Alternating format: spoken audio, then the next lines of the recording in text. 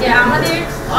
প্রায় 450-500 মতো প্রার্থী ছিলেন, বিভিন্ন হলে হলে যে প্রার্থীরা ছিলেন তাদের পক্ষ থেকে কিন্তু অনেকগুলো কনসার্ন বিশ্ববিদ্যালয় প্রশাসনকে জানানো হয়েছে। আমরা আমাদের এখানে বিভিন্ন প্যানেল থেকে আমরা এখানে দাঁড়িয়ে আছি, আমাদের সবার পক্ষ থেকে কিন্তু আলাদা আলাদাভাবে কনসার্ন জানানো হয়েছে, অ্যাপ্লিকেশন জানানো হয়েছিল যে ঢাকা বিশ্ববিদ্যালয়ের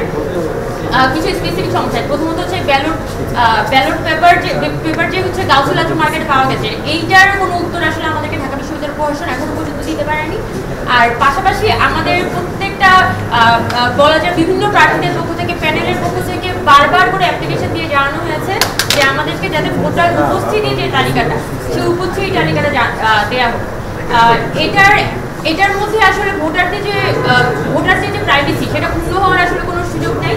বরং আমাদের যে ভোটার তালিকাটা আসলে ঢাকা বিশ্ববিদ্যালয় প্রশাসন থেকে নির্বাচন পূর্বে প্রদান করা হয়েছিল, সেই ভোটার তালিকায় কিন্তু এখনো পর্যন্ত সেই ভোটার তালিকাই হচ্ছে যে মূলত আমরা ভোটের দিনে তাদের যে উপস্থিতি সেটাই আমরা চাচ্ছি। এটা খুবই মানে ব্যক্তিগত ইনফরমেশন হিসেবে এটাকে বিবেচনা করার সুযোগ কম, বরং আমরা এখানে বিভিন্ন প্রার্থীদের পক্ষ থেকে যেহেতু বলা হয়েছে এবং আমাদের পক্ষ থেকে আমরা যেটা বারবার করে এখানে বলছি যে আমাদের যে ফিল্ড অ্যানালাইসিস, সেই ফিল্ড অ্যানালাইসিসে অনেকগুলো হলের ব্যাপারে আমাদের মধ্যে কনসার্ন তৈরি হয়েছে যে হলগুলো যেমন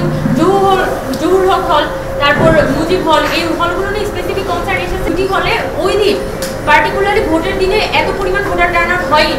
কিন্তু সেই জায়গা থেকে যখন বিশ্ববিদ্যালয় প্রশাসন বলছে যে প্রায় 87%-88% কাস্টিং হচ্ছে, তখন আমরা বলেছি যে আমাদের জায়গা থেকে নর্মালি বলেছি ঠিক আছে আপনারা আপনাদের উপস্থিতি তালিকাটা দেন, তাহলে এখানে সবার জন্য বিষয়টা ক্লিয়ার হয়ে গেল। তো এই সুস্থ স্বাভাবিক প্রক্রিয়াটা আমরা যে দেখতে পাচ্ছি যে আমাদের ঢাকা বিশ্ববিদ্যালয় প্রশাসনের আজকে পিসি স্যার ছিলেন, হৃদয় প্রফেসর স্যার ছিলেন, এই দুজনের উপস্থিতিতে আমরা কথা বলেছি সবাই, এবং আমরা আমাদের কনসার্নগুলো তাদের কাছে নর্মালি উপস্থাপন করেছি, এবং তারা যেটা আমাদেরকে অনবরত বলার চেষ্টা করছে যে এই জিনিসটার সুযোগ নেই, মানে ওনাদের পক্ষ থেকে এক ধরনের একটা না সুযোগ কথা আসলে আমরা শুনছি। তো আজকে নির্বাচনের কিন্তু প্রায় 15 দিনের মধ্যে ওপর চলে গেছে, এখনো পর্যন্ত কিন্তু আমরা